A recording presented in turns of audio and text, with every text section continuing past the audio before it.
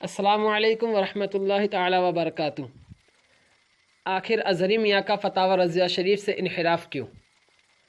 آپ حضرات کو یاد ہوگا جب ٹرین میں نماز کے مسئلہ پر کچھ لوگ فتاوی رضیہ شریف سے ہٹے تو ان لوگ کو مسلک اعلیٰ حضرت کا مخالف کہا گیا۔ اب فقیر کا کہنا یہ ہے کہ حکم اور پابندی صرف غیروں کے لیے ہے یا اپنے لیے بھی ہے۔ عجب تماشا ہے کہ جب اور لوگ اعلیٰ حضرت سرکار کے فتوے سے الگ تحقیق پیش کریں تو باغی، مخالف، مجرم کہے جائیں، اور ازہری میاں اعلیٰ حضرت کے فتوے سے انحراف کریں تو وارث علوم اعلیٰ حضرت کہے جائیں۔ یہ دو رنگی کیوں؟ آپ کہیں گے کہ ازہری میاں اعلیٰ حضرت کے فتوے سے کیسے منحرف اور ہٹے ہوئے ہیں، تو اس کے لیے ازہری میاں کی یہ عبارت سماعت فرمائیں۔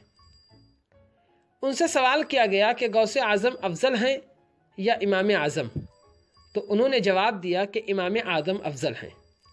اب آئیے اعلیٰ حضرت سرکار کو ملاحظہ کر لیجئے۔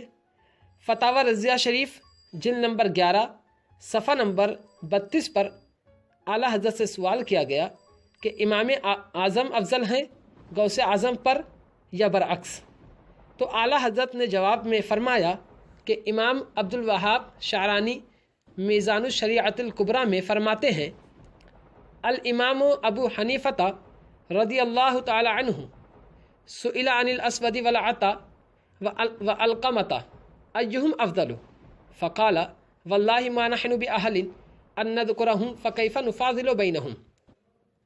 یعنی سوال ہوا کہ امام علقمہ و امام اسود و امام عطا میں کون افضل تھا، تو فرمایا ہم ان کے ذکر کرنے کے قابل نہیں، نہ کہ ان میں ایک دوسرے کو افضل بتائیں۔ حضرت امام رضی اللہ تعالیٰ عنہ کا یہ ارشاد تواضعاً تھا، اور یہاں قطعاً حقیقت امر۔ ہم کس منہ سے ان میں تفاضل بیان کریں؟ وہ ہمارے شریعت کے امام اور یہ ہماری طریقت کے امام مفرد، یہ ہیں اعلیٰ حضرت سرکار، اور وہ تھے ازہری میاں۔ دونوں کے جواب اور ادب میں آپ فرق دیکھ لیجئے۔ نمبر 2، اعلیٰ حضرت سلطان الاولیاء لکھیں اور ازہری میاں لکھیں کہ محبوب الہی سے خطاً ایسا ہو گیا، یعنی خاطی لکھیں، نیز غیر دانستہ حق کو چھوڑنے والا اور باطل کو اپنانے والا لکھیں۔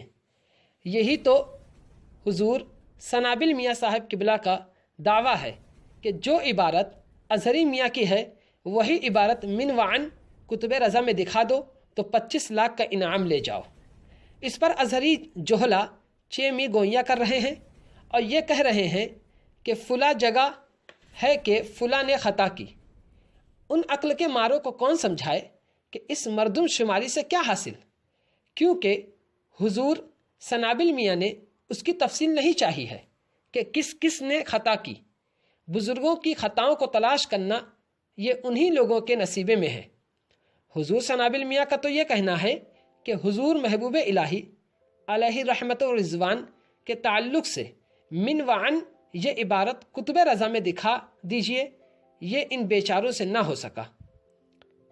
نمبر 2، اعلیٰ حضرت سرکار فتاوی رضیہ شریف جلد نمبر 22 صفحہ نمبر 515 پر لکھتے ہیں کہ ائمہ میں کون ایسا ہے حتیٰ کہ صحابہ جس کا کوئی نہ کوئی قول مرجو نہیں، وہ معاذ اللہ نہ جاہل نہ فاسق۔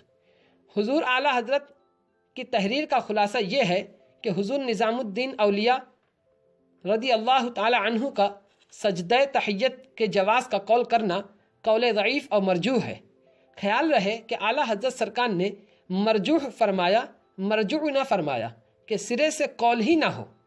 اب سوال یہ ہے کہ قول ضعیف و مرجوح کے قائل کو خاطی و غیر دانستہ، حق کو چھوڑنے والا اور باطل کو اپنانے والا اعلیٰ حضرت سرکار نے کہیں لکھا ہو تو پیش کیا جائے، جبکہ حضور محبوب الہی رضی اللہ تعالی عنہ کے جواز کے قول کر دینے سے نتیجہ کیا ہوا ملاحظہ کریں۔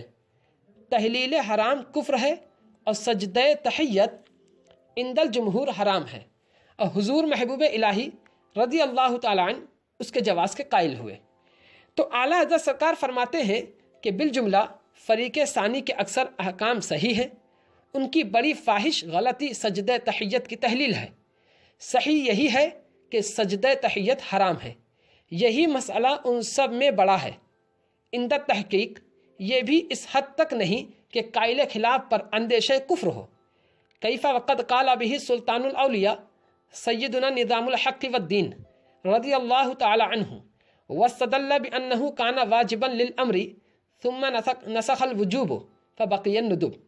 یعنی یہ کیسے ہو سکتا ہے جب کہ سلطان الاولیاء سیدنا نظام الحق والدین رضی اللہ تعالی عنہ نے اس کے بارے میں فرمایا اور اس بات پر استدلال کیا کہ سجدہ سیغہ امر کی وجہ سے پہلے واجب تھا، پھر وجوب منسوخ ہو گیا تو استحباب باقی رہا۔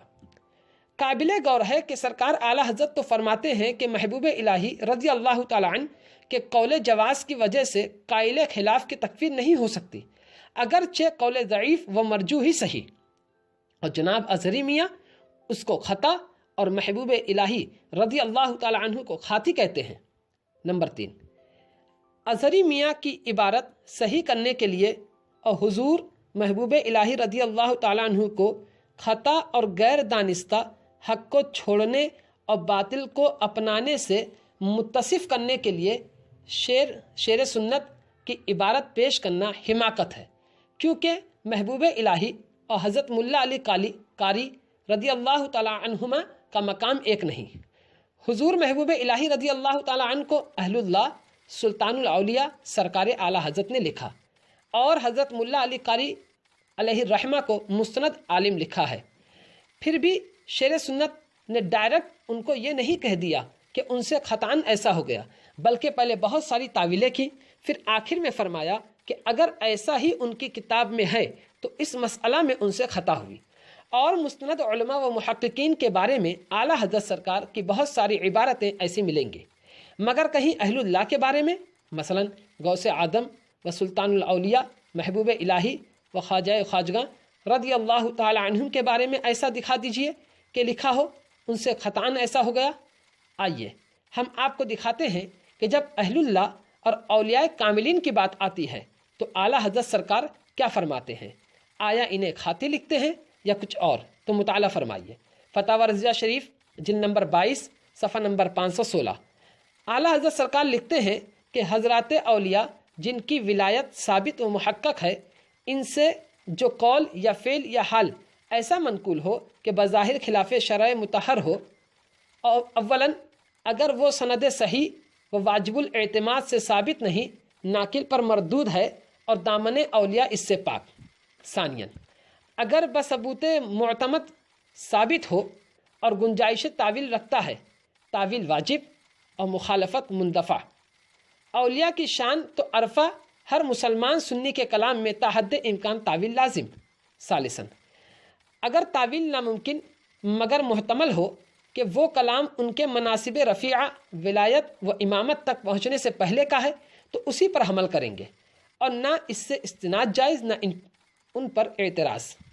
رابعاً یہ بھی ناممکن ہو تو جن کی ولایت و امامت ثابت و محقق ہے، ان کے ایسے فعل کو افعال خضر علیہ الصلاۃ والسلام کے قبیل سے ٹھہرائیں گے، اور ایسے کلام کو متشابہات سے کہ نہ ان پر طعن کریں نہ ان سے بحث، اور گمراہ ہے وہ کہ متشابہات کا اتباع کرے۔ بتائیے ان 4 صورتوں میں کہیں وہ بھی ہے جو اظہری میاں نے لکھا ہے؟ یہی تو حضور سنابل میاں صاحب قبلہ نے کہا ہے کہ آپ اپنی تحریر محبوب الہی رضی اللہ تعالی عنہ کے بارے میں کتب رضا میں دکھا دیجئے، جبکہ اعلیٰ حضرت سرکار رضی اللہ تعالی عنہ ماقبل میں صفحہ نمبر 515 پر لکھ چکے ہیں کہ ہر عاقل مسلمان جانتا ہے کہ نوع بشریت میں عصمت خاصہ انبیاء ہے، نبی کے سوا کوئی کیسے ہی عالی مرتبہ والا انسان نہیں جس سے کوئی نہ کوئی قول ضعیف خلاف دلیل یا خلاف جمہور صادر نہ ہوا۔